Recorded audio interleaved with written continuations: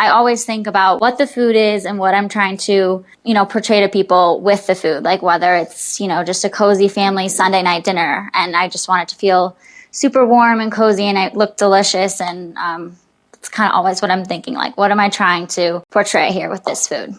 That was Tieghan Gerard, and we're talking about food photography styling tips on episode 41 of the Chopped podcast.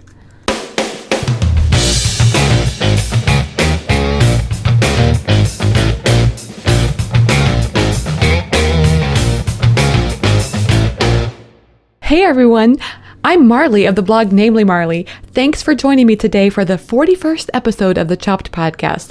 This is the podcast designed for people just like you, bloggers who love food. Each week, my goal is to share thoughts, stories, interviews, everything related to food blogging so we can all learn together about what works with food blogging and maybe even a little bit about what doesn't. Today's guest is Tieghan Gerard of the site Half Baked Harvest. You know her, right? She's the amazing blogger who publishes 6 times a week. I still don't think I can fully comprehend that, especially noting that she has this very elaborate, beautiful food photography, and she publishes multiple photos for each post. So these are not simple posts that she's doing, and yet she seems to be able to do it 6 times a week. I don't know where she finds her inspiration for her amazing food photography, but I was excited for the opportunity to get to talk with her today to learn a little bit more about that. If you're interested in food photography and how you can make yours better, I'm also sharing something kind of different today. It's a tip sheet on food photography and specifically food styling. I just thought that it's something that, we've talked about in previous episodes. I know there's a wide range of opinions on food photography for a food blog. Some people use, their iPhone, and other people just really don't enjoy the food photography part of their blog. And so they want to take pictures that basically put across what the food is, and that's it. But I have talked to enough people that say that they feel like their traffic really took off when they really focused on and improved their food photography, that I feel like it's enough that it's something to kind of stand up and take notice about. I mean, even if your goal is to use an iPhone, or even if, you don't really enjoy the food photography part of it, you have to take photos that represent the food well. And so I just thought I would put together this sheet that would kind of synthesize some of the tips that we've heard across the months of the Chopped podcast that might help you take your food photography to the next level, if that's something that's interesting to you. So there are some rules to food styling, and there are props and backgrounds and all of that. But I love this quote by food stylist Mary Williams. Here's what she said: "There is no right or wrong way to style food as long as the photograph makes you want to tuck in and eat." I love that, right? So know the rules, and then you can manipulate them in the way that works best for you, that makes you happy and makes your readers want to dive in and eat. And I think that's the goal of probably every food photographer out there, regardless of how many props they use or how much time they spend on their food photography, is just know what makes you happy and just follow that. So I don't know about you, but I'm ready to dig in today's interview. So it's Thanksgiving week here in the United States, and I just think there's a lot of cooking going on and a lot of, focus on the thoughts of thankfulness. And I certainly am doing that this week. I've been writing in my, what do I call that? My Thanksgiving gratitude journal. Yes. So today's intro shout out is to you. I just want you to know how incredibly thankful I am to you. I love hearing from folks who say they found something helpful on the podcast. That makes my day. Food blogging can be so isolating if we let it. It can also feel like a place where everyone else knows what's going on but you. I certainly have been there. But I'm here to tell you, we're all figuring this out as we go along. It's called being an entrepreneur. There's no roadmap. That's why we're out here blazing our own trails. So if you have a food blog, then you're an entrepreneur as well. And so anyway, I hope that makes you realize that, like I say, we're all just figuring this out together. And if this podcast can feel like a place that's like home to you, to connect with other food bloggers and to find ways to be inspired to take your profession and the work that you're doing to another level, or even just to find inspiration for the work that you're currently doing, then I'm honored to be a part of that. So in honor of you and how fabulous you are, get out those headphones, turn up the volume, and let's talk about all things food blogging and so much more. Hey everyone, I'm happy to have Tieghan Gerard of the Half-Baked Harvest on the show today. Tieghan, welcome to the Chopped Podcast. Hi, thank you for having me. I'm really excited. Well, I'm excited to have you too, and I'm really looking forward to talking with you today, and particularly talking with you about your food photography and your styling and all that great stuff. But first, I wanted to ask you, what caused you to start a food blog? Oh gosh. Man, I don't know. I was like 17 and I graduated early from high school, and I had plans to go to LA and, go to fashion design school and do all this stuff. And I spent the summer in LA, and I was like, okay, I can't do LA. I'm not an LA girl. I'm a small town, need to be close to my family. And I came home and I was like, all right, well, what do I do now? And kind of just in a pause. I already had 2 years of school under my belt. So I already had an associate's degree. So I was like, I don't really know what I want to do, and I don't want to go to school if I'm just gonna, I'm not really sure what I want to major in. So my mom was like, you should just start this blog. I had bought the domain name back when I was 16, and I was like, all right, well, I'll just give it a go. And I kind of started, and I never looked back. And that's kind of the story of it. I just kept going and never stopped. So let me get this straight. You graduated early with an associate's degree? I did. I took college courses for like high school credits as well. So I kind of did my last 2 years of high school were basically all college courses through the local community college. I hated school. School was just not. Let's get this done. Yeah, I was like, I just really need to get this done and over with. I'm like not into this. So I did it, and it worked out really well for me. I had a period there where I was definitely like, what do I do? What do I do? But I think I found it, so I'm pretty happy. Yeah, I think definitely, and I can totally understand this. Moving up to LA, I can't even imagine doing that at the age of 17. Yeah, I think I was 17 or 18. I'm. It was somewhere in there. I turned maybe right? A different age. Yeah. Yeah. But it was definitely, it's a little bit young probably to be out in LA, but, people do it, but it wasn't for me. Experience, right? It was. And I learned so much. I got a job all summer, and, I didn't not like it. I just didn't think it was for me. So you bought the domain name Half-Baked Harvest when you were 16. Does that mean you had an interest in cooking already at that age? Yeah, I had been cooking for my family for a while. Like, I want to say I started cooking for them when I was like 14 or so, just because I have such a big family, and my parents were always busy. So dinner was like, we would always eat dinner at like 9 o'clock, and I was like, I'm over this. Like, I'm just going to make dinner. And so I made dinner, and then I just started really liking it. And I enjoyed, making people happy through food, and I'm definitely a people pleaser, so it was kind of fun for me in that way, and it just kind of grew, and I like it. I think I can kind of get you, because I have this thing where I like people to sit down and eat together, and when you get around a bunch of busy people, it seems like that doesn't happen. Oh yeah, like our family dinners were, everybody's up and down. I mean, we had them, but they were like chaotic and crazy, and doing homework in the middle of dinner and that kind of thing. So, but it's kind of hard with such a big family. I have 7 brothers and, 7 brothers and a little sister. So there's a lot of us. Yes. Yeah.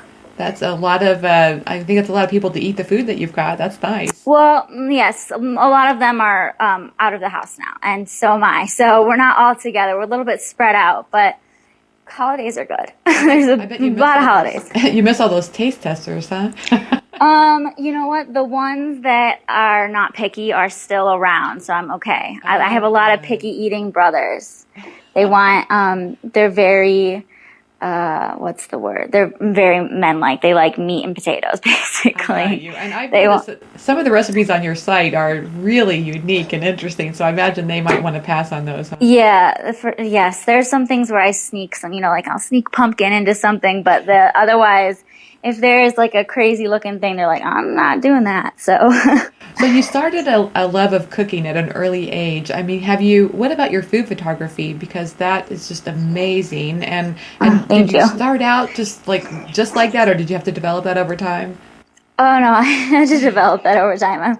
I still don't think I'm anything that special, but when I started back, I think it's been like 3 years this October. Officially, I had no idea how to use a camera. My brother is he does a lot of filming for my other brother who snowboards, so he had a DSLR camera. And I was like, all right, I'll buy it off you. And of course, he made me buy it off him because, he doesn't work that way. Right. Right. No sibling discounts or anything. So I bought it and I just kind of picked it up and I started Googling everything. Google's my best friend. And I still use Google and I just kind of learned over time. I'd say it really took about a year for the pictures to kind of get to where they were. Semi-okay. But, yeah, no, and I'm still learning every day. And I honestly, I love that probably just as much as cooking now. It's one of my favorite things. So, yeah, the food photography. Mm-hmm. I like to say how I feel like learning food photography and I'm way not in the, I always feel like that's a progression in some ways. I think we all have these places we want to go with our food photography that maybe we're not there yet. I don't know. But anyway, yeah. I feel like learning the craft of photography helped me see the world differently, like light, how it falls on things. I never done that before. No, me neither. Like I was like, oh, okay, well, it's 5:00. It's gonna start getting dark in the winter. Big deal. I'm like, oh no, with the sun setting, when can I get my right? Or sometimes I'll wait till a certain time of the day because I want that light. So yeah, so I never used to think about it. What's one of your favorite things about food blogging so far? Oh man, I think interacting with all my readers is really awesome and having people, make my recipes. Like I still can't believe that people actually make my recipes. It's really hard to believe for me. But having their reactions and listening to their stories and how it made, someone's birthday or their holiday dinner awesome or something like that. That's obviously, a huge plus for me. And then of course, like I said, the food photography I have fun with that. I love styling and I love the photography. So that was a big part for me too, that I love. That's great. Is there anything that you don't like about food blogging so much? Oh, well, I think there's always things that you don't like, but not really anything specific that, I'm not very, as far as the business side of it goes, I'm not very fond of that just because I don't like sitting at my desk. But other than that, no, not really. I think it's a pretty good, I feel very lucky to do this, as a job and to have found a niche in the world that I can enjoy doing, so. Yeah, I think food photography is one of those things that it can be kind of like plan your own career, right? Because if you want to spend a lot of time behind the computer doing all the social media and all that kind of stuff, you can spend a lot of time behind the computer. But there's also this you get to move and take the shots and move around the kitchen and create the recipes. So yeah, I mean, there's a lot involved into it. It's a lot of work for sure. People are always surprised, but I was surprised. But it's a lot of work. And yeah, I mean, you could spend, days on days on working on social media and stuff. So there's all that behind the scenes things. Yeah, that's so true. So when you started Half Baked Harvest, did you think that this was going to be more like a hobby, or did you have a hope that it would turn into something more? No, not at all. I mean, I had read blogs and things, but they were just, blogs, nothing of like a sorts where I really thought that they were doing it like as a living, as kind of like their everyday thing. I just kind of started it. I just don't really know what I was thinking, honestly. I definitely wasn't thinking it was going to become a career for me. But I guess I was just thinking, well, let's just do this because I've kind of got nothing else right now. So let's just give it a try. Not really knowing not really knowing what to expect would come out of it. Yeah, that's cool. Well, I asked you to join me mostly today to talk about your food styling because I feel like the way that you do that is really unique. And I'm just curious if you have a process that you use that maybe, you would be willing to share with everybody. Yeah, well, I have to think about it. I don't, honestly, it really depends on what I'm shooting. I get really bored. So, I don't like to shoot the same setup over and over just because that's just my personal preference. I just get kind of bored with things and I like to keep it really fresh and different. So I really like to try to keep the photos pretty pretty different, but obviously if you look at my blog, you'll see that I tend to shoot on a darker side, a little bit more moody shots, just because I have a lot of fun with those and I like cozy. So it really depends on what the recipe is and what the feel I'm trying to go for. Like if it's let's just say like, a Thanksgiving or a Christmas holiday recipe, I would really want to try to bring those into the photos, bring the fun of Christmas in and bring the coziness of Thanksgiving in with like warm tones and different props and things like that. So that's kind of, I always think about what the food is and what I'm trying to, portray to people with the food, like whether it's, just a cozy family Sunday night dinner. And I just want it to feel super warm and cozy and it look delicious. And it's kind of always what I'm thinking, like, what am I trying to portray here with this food? And so sometimes the recipe might speak to you. Like I think I remember one of your recipes was some kind of milkshake or something, and you've got the chocolate that's being poured into the shake itself and that kind of stuff. Yeah. Well, I love, action shots are really fun. They kind of grab people's eye too. So they're always popular. But yeah, you can do so many different things and it's really fun to kind of have fun with it. And if you do action shots, you can kind of make the food alive. It's not so still and it really makes it fun for people. And it just makes it visual wise, like, oh, you like see the textures and you can just see a little bit more of it, so it's a good thing to try to do if you can, I think. Excellent. Do you have any favorite styling tricks that you use?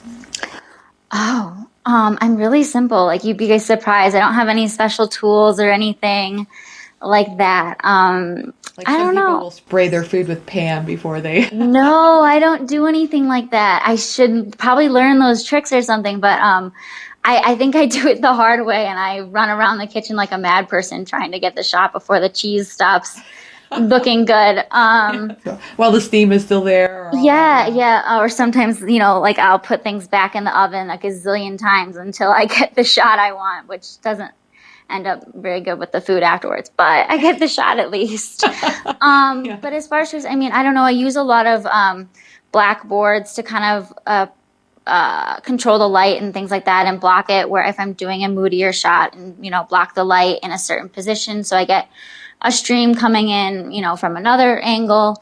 Or if I'm shooting, a brighter photo, like a lot of times in summer or in spring, I like to kind of do a little bit photos on brighter surfaces, just kind of lighter so that the mood is not, it's warmer weather, warmer things. So people don't need those dark, cozy things. So I'll use whiteboards to, reflect and things like that, but pretty much just, simple stuff. I am a prop person. I do love to have fun. I do love to have fun with props. Some people don't use them.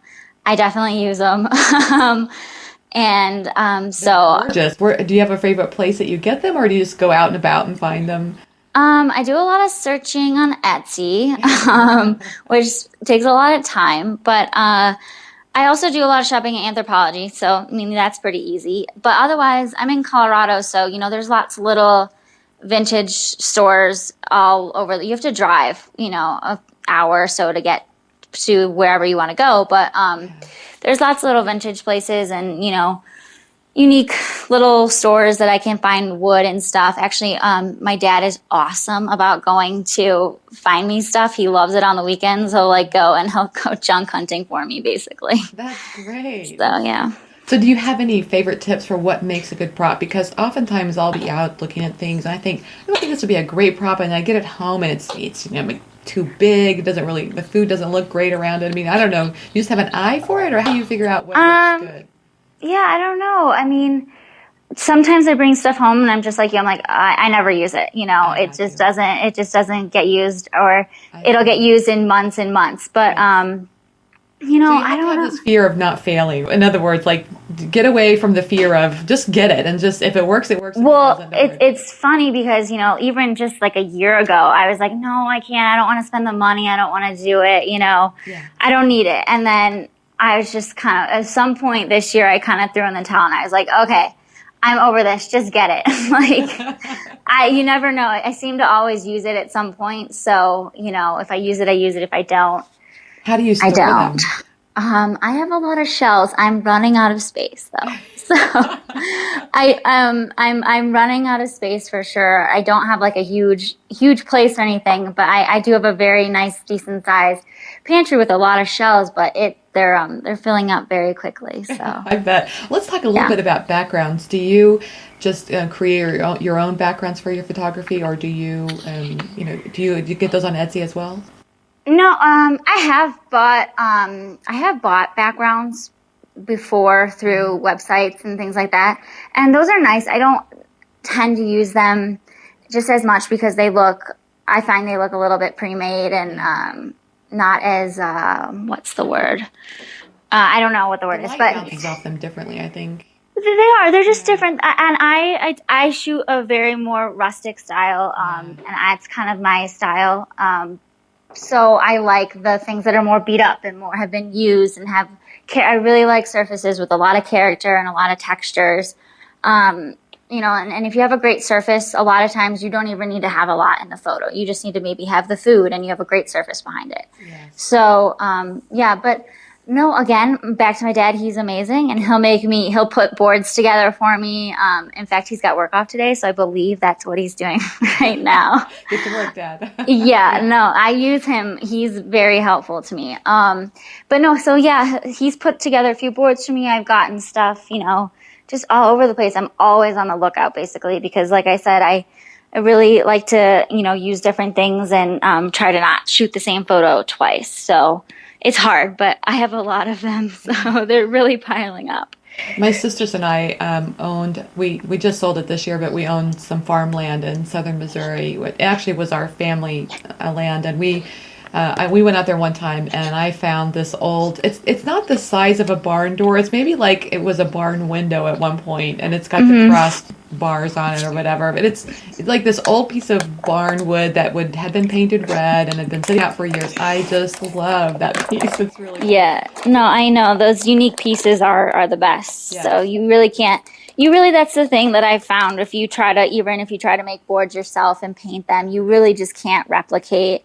I mean, maybe you can. I don't know, but I'm not an artist, yeah. So I have found I can't really replicate a board that's been sitting around for years and years. And those are my favorites. So. Sometimes I wonder why you couldn't just get, your background could be a work in progress and just paint some boards and put it out in the backyard, right? And just let them sit out in the sun. Trust me, I've done that. Yes, no, it does work, especially with sometimes I like the look of, this sounds weird, but rusted metal, and if you leave it outside, it can completely transform an entire board to something brand new. So how long did it take for that to happen? Not too long. You'd be surprised. I mean, especially if it's rain and then it's sun and then I'd say you're good with a week. So yeah. A week? Yeah, it didn't take too long. Sometimes boards, I'll just throw boards outside, especially if I got a bunch of food on them or whatever, and I'll let the rain wash them off, and then I'll just sort of forget about them. Yeah. And they'll stay out there for, a few weeks or until I remember about it again. And, I don't know. There's some boards I'm much more careful about, too, that I know I can't mess this one up. So, yeah. If you're going for that summer white look, then that's a little bit. Yeah. I know. I'm actually I'm on the lookout for some white surfaces here, but I always have a hard time with those. So I'm much more of a dark person.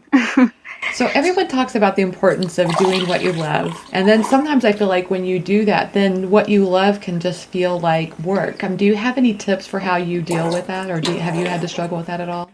Oh, yeah, for sure. I mean, I think that everybody probably struggles with that, and I think that yes, I'm doing what I love, but at the same time, it is definitely work. I will fully say it can get tiring, but I still do love it. And I just try to remember that not most people get to do this, every day instead of sitting and I say at least I'm not sitting at a desk. I really don't like sitting at a desk. Yeah. But I don't know. I'm such a bad person to ask because I struggle with it. I'm kind of constantly, doing something. I'm always thinking about something as far as work goes. So my brain's kind of never shutting off. Yeah. But that's just kind of my personality, so I have a hard time with it. But I mean, well, I can say from experience because I think we're actually in a group together that shares recipes, and there was a time where I think you posted these amazing recipes every single day. Yeah, I post 6 days a week, so Yeah, it's definitely a lot to keep up. And I one of the most important things to me is that I make sure that the quality of content that I'm putting out is good, because if it's not, then I won't be happy. So I strive really hard for that. And most of your posts have several photos each. So and they're these amazing recipes. It must take a lot of time. Yeah, it does. Like, I think I've gotten better at maybe being a little bit more organized, but I struggle with it. I'm still a work in progress for sure. I'm not perfect. So, do you plan your posts out? In other words, do you know today what you're going to be shooting in November, or do you just kind of? Not in November. I wish. I wish I was that organized.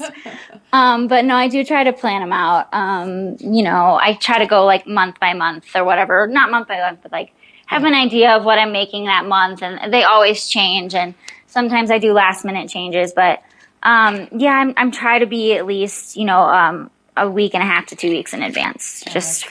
There was a time when I was doing it like the night before, and it was miserable, so I got away from that, thank God. A lot of late nights there, huh? Yeah. Do you have time for a life at all? A little bit. A little bit. Yeah. I mean, I try, and my family's really good about getting me out. So I try, but like I said, I love what I do. So it is definitely, I have fun planning shoots and doing all this. And like, especially with the holidays coming up, like it's my favorite time. So it's not necessarily as hard for me to do work then. And, this is your commitment right now. I mean, who knows what you'll do in the future, but right it now, is. Yeah. Yeah, and I'm, young. I'm not in the point where I have a family, like, counting on me. I'm not there yet. I'm only 22, so.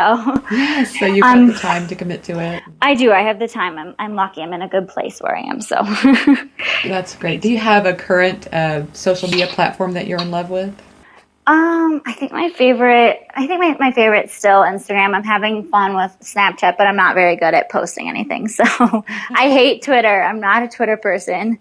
Instagram is my favorite for sure, and I love Pinterest, if that counts as social media, which I guess it does. That you love Pinterest. You've got quite an active account. Yes, Pinterest is probably I love Pinterest. So. and your Pinterest account has all the just some amazing food photography in it. It's like that's kind of the theme of your account there, I'm sure. Yeah, I get a lot of inspiration from Pinterest, and I think that if you're looking for inspiration for your photos and trying to find your own style, that you should.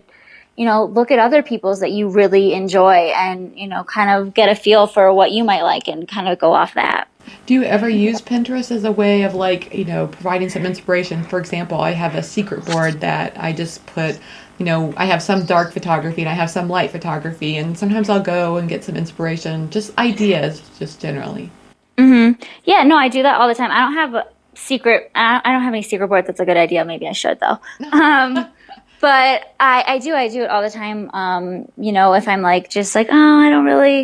I don't know, I'm just feeling uninspired that day, and I just need, it helps a lot just to kind of look at things that you find, pretty or attractive to your eyes. And then you can say, oh, I want to feel like that, like I want my photos to feel like that. So you kind of go off that. And then for me, it always changes, it just develops as I'm setting up and as I'm going. And, it's a work in progress always. What about your recipe development process? Do you have anything that, you come up, like you say, you're throwing pumpkin in this, and they're very unique. I love the way that you combine flavors. Is there a trick that you've, learned over the years?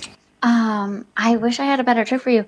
No, I don't know. Things just a lot of times things just kind of come, like I pretty much hike every morning, and so a lot of times things will come into my head then, and I'll be like, oh, well, that sounds, I love those flavors together.